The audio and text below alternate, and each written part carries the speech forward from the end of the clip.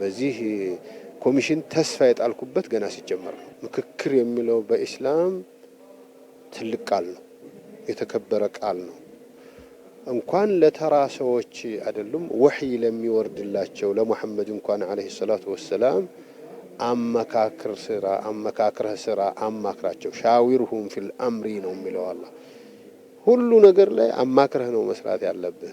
አላህ መገለጫ ባህሪያት ብሎ ከነገረልን መልእክት አንዱ ወአምሩሁም ሹራ በይነሁም ይላል።